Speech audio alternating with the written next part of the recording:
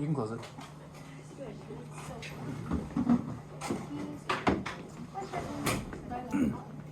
Okay.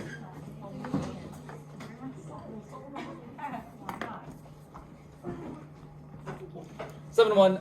We are defining and using sequences in series. Our essential question is how can you write the rule for the nth term of a sequence? So, like I said, we're starting a new chapter and a new section. So I want to kind of front load you guys with some vocabulary.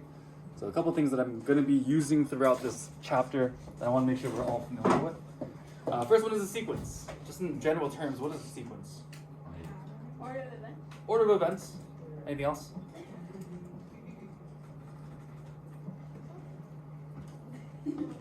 At a steady pace. At a steady pace. Okay, sure. Anything else? Sequences can be defined as A sequence of numbers. A pattern. yeah, a pattern or like one thing happening after another, right? So that's basically what a sequence is. It's an ordered list of numbers.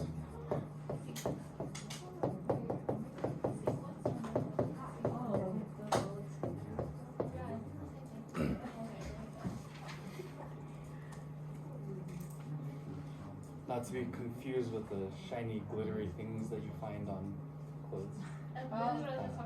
Funny, right? Hilarious. You're so funny, Mr. Sam. I stole that from Wendy. I said that right now.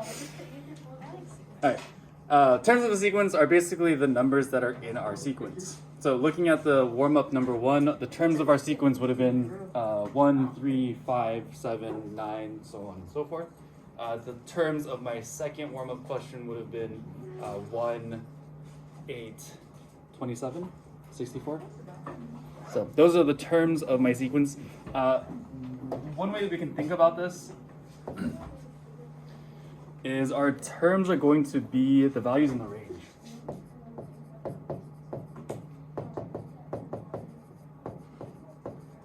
Do you guys remember what our range is?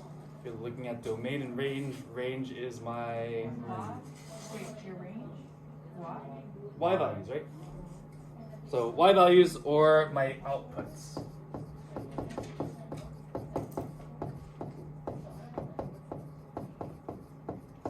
So my terms of my sequence are going to be the outputs or the y values or the range here.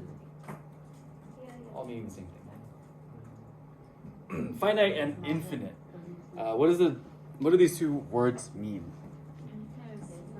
Infinite is forever. So finite is Limited? Stopped? yeah, not forever. It's limited. It stops. There's an end to it. So if I have a finite sequence, that means that my sequence is going to end at some point. So this is going to continue. Oops. Until a specific. I know you're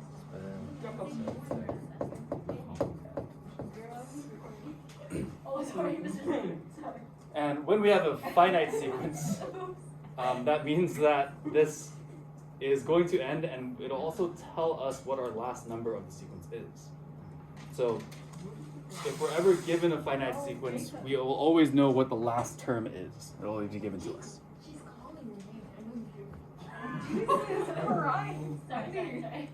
Reader. It's okay. Yeah, now we're okay. If not, most likely Wendy will put it. This is just trying to teach a lesson. Thank you, Wendy. Alright, so then the infinite means that this continues Forever. forever. I just cancel continue. Wendy would be a good mom. Continues without end. And the way we know that we have an infinite sequence is if our list of numbers ends with an ellipses or a dot, dot, dot. So if we have a list of numbers and it ends with a dot, dot, dot, that means that this is going to go on forever and ever. Cool. Questions? Good?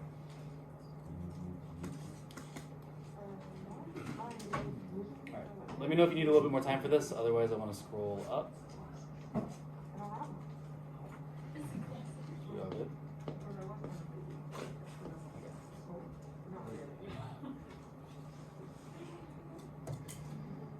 So, when we're looking at sequences, we have our domain and we have our range, meaning we have some sort of input that's going in and then some sort of output that's creating our sequence. Our input is easy to remember because it's basically just 1 through however many numbers in our sequence. So our domain is always going to start with 1, go to 2, 3, 4, and keep going until we reach the number of, I guess, terms in our sequence. And what this domain tells me is it tells me the position of each term. So if my domain is 1, then I'm looking at the first number of the sequence. If my domain is 2, then I'm looking at the second number in the sequence. If my domain is 10, then I'm looking at the 10th number of the sequence. And we can keep going and going and going. Does that make sense? What changes though is the actual terms itself, or the range, because it depends on what kind of pattern I have. If I'm counting odd numbers or if I'm counting even numbers, these numbers are going to be different, and we'll call these A1, A2, A3, A4, all the way up till AN. And these are going to be the actual terms of my sequence.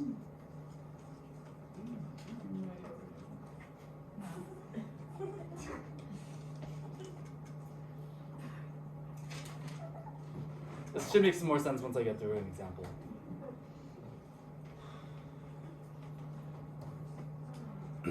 And again, we can have a finite sequence and we can have an infinite sequence. A finite sequence could be something like 2, 4, 6, 8. How many terms do I have in this sequence? 4. And my terms are 2, 4, 6, and 8.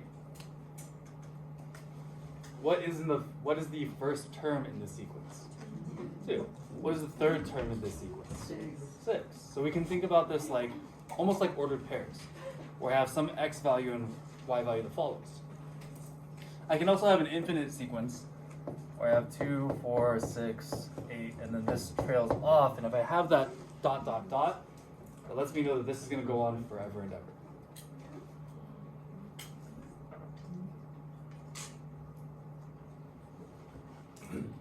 When we're looking at these sequences, we can also use an equation or a rule to kind of define them.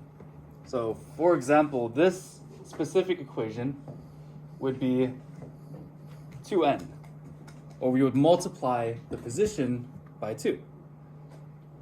The first number, if I multiply by 2, gives me that first term. If I multiply the second position by 2, I get the second term, which is 4. So what would the 10th term in this sequence be? 20, because I'm multiplying by 2. So the 25th term in this sequence would be 50. So just take the position and multiply it by 2, and that gives me my number of the sequence, right? Does that make sense? Yeah. So far, so good? All right. Any questions so far? Cool. Am I good to scroll down? Okay. So let's look at an example. We want to write the first 6 terms of this sequence. So what I'm going to do is I'm going to substitute any n's that I see here with the numbers 1, 2, 3, 4, 5, and 6. So I'm going to have to do this 6 times. So the first one is going to be a equals plus 5, and I'm going to replace all of my n's with 1, meaning that my first term is going to be 2 times 1 plus 5, which is equal to 7. 2 times 1 is 2. 2 plus 5 is 7. Good. A1 is equal to 7, or my first term is 7. Yes? Why do we have to do it 6 times? We don't. So let me get there. This is a good question. So looking at my second term, if I plug in 2, what will I get?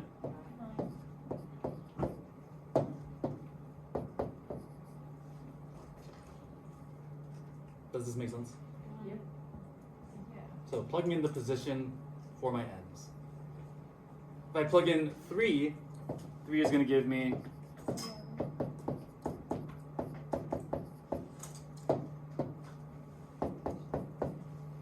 do we see a pattern here?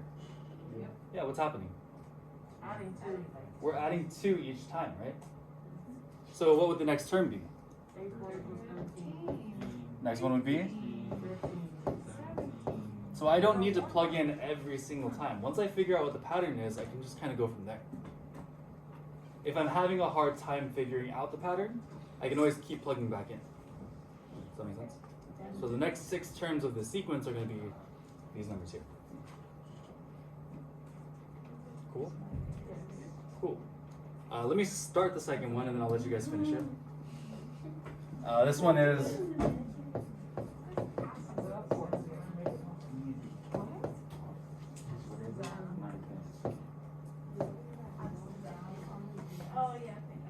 so plugging in, f of 1 is the same thing as a sub 1, just different ways of labeling it.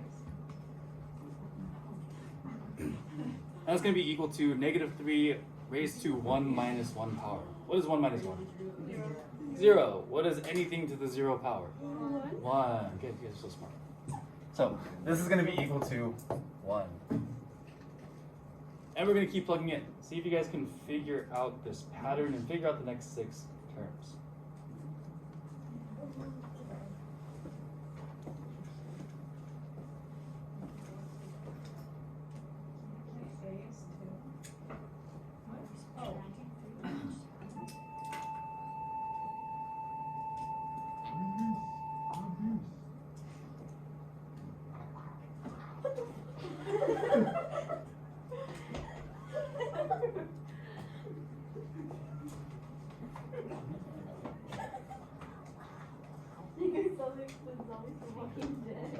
Oh yeah, I can do that. And 3 to the one time I did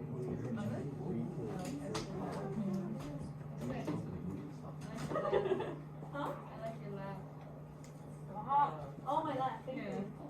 Oh my god. You said I like your laugh.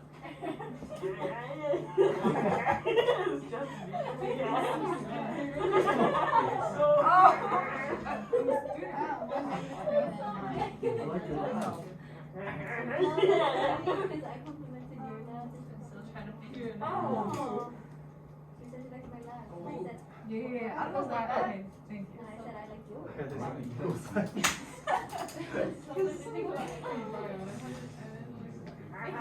Anyways, It was a really bad laugh.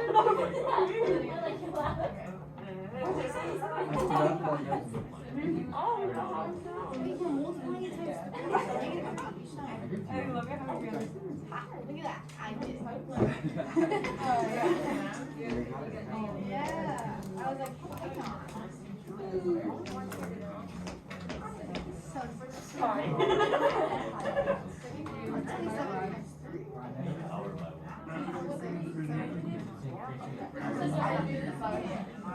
I saw that.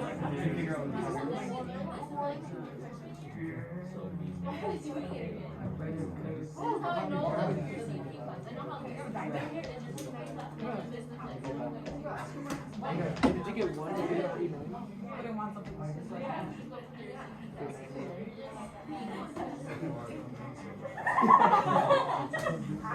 Okay, next term. If I plug in 2, what do I get?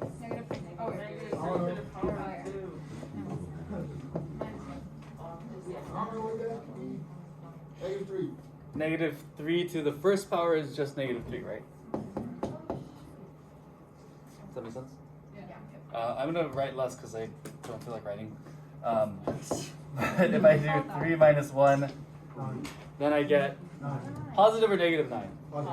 Positive. Remember that 2 negatives multiplied by themselves make a positive. Do we see a pattern yet? Yes? I did not. Some of you might have seen it already, some of you guys might have not, and that's fine. Yeah. We can do one more just to be sure.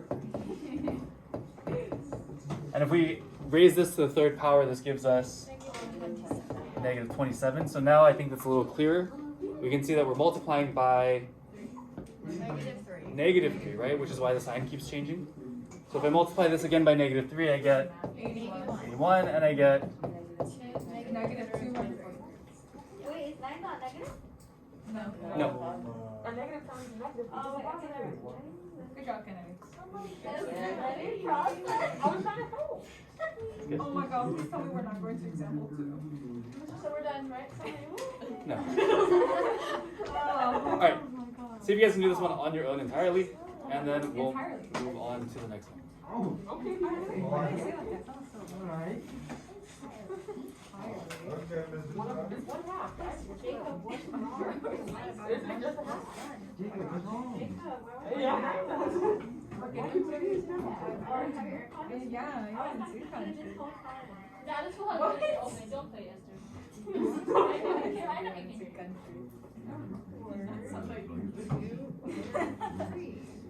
Yeah, he can. Oh,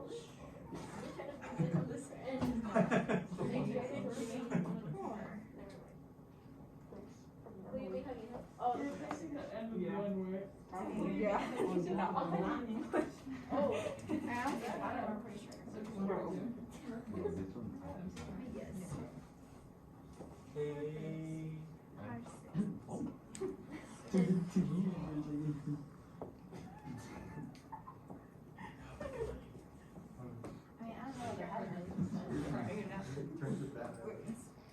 Just add one on top of the bottom. That's what it is.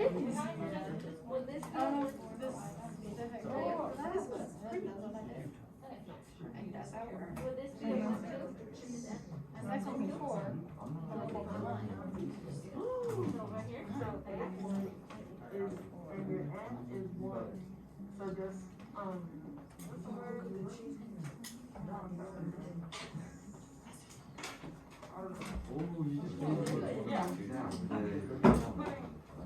That's the end of one or whatever. So you get it. I mean, for end. And, oh, wait, can you have lotion hook?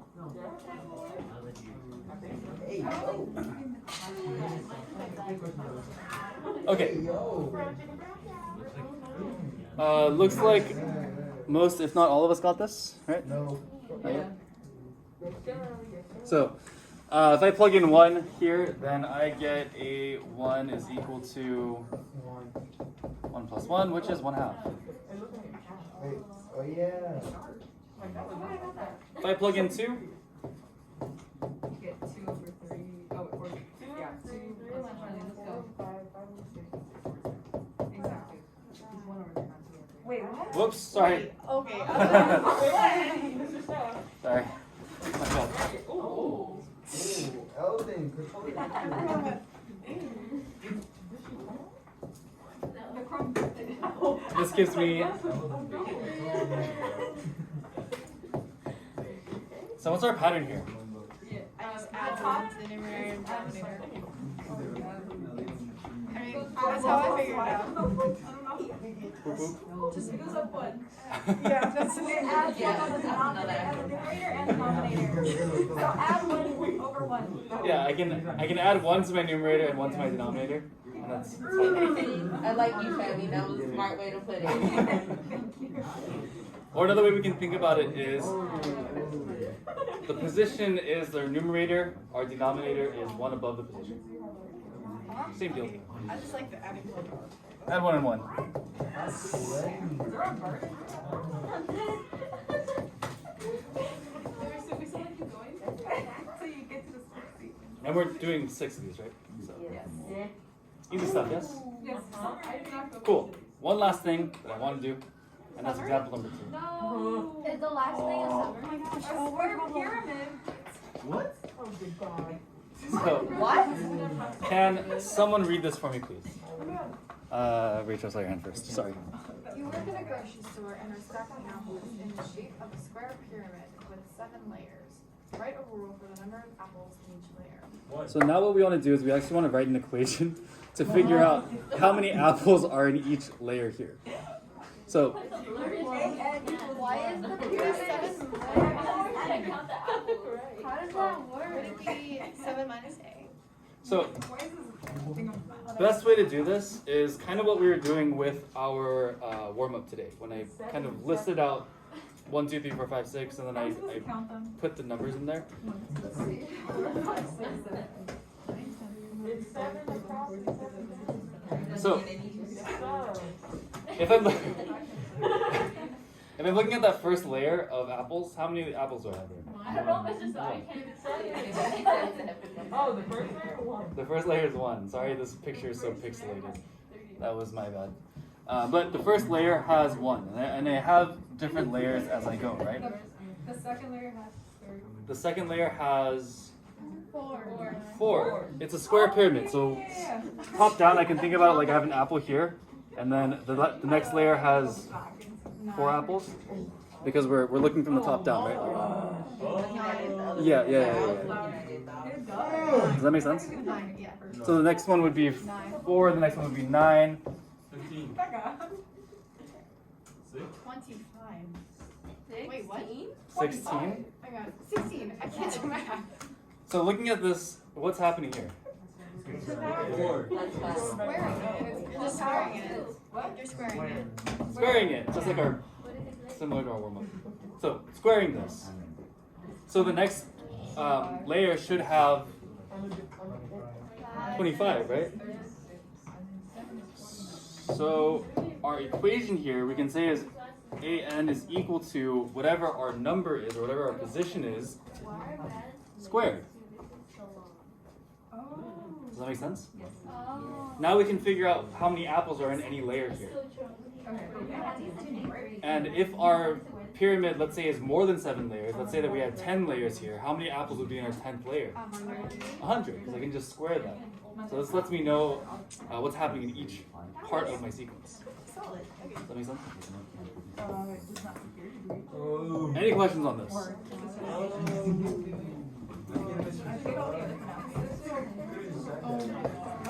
Alright, go ahead and write a summary, and you guys can work on your classwork for the day.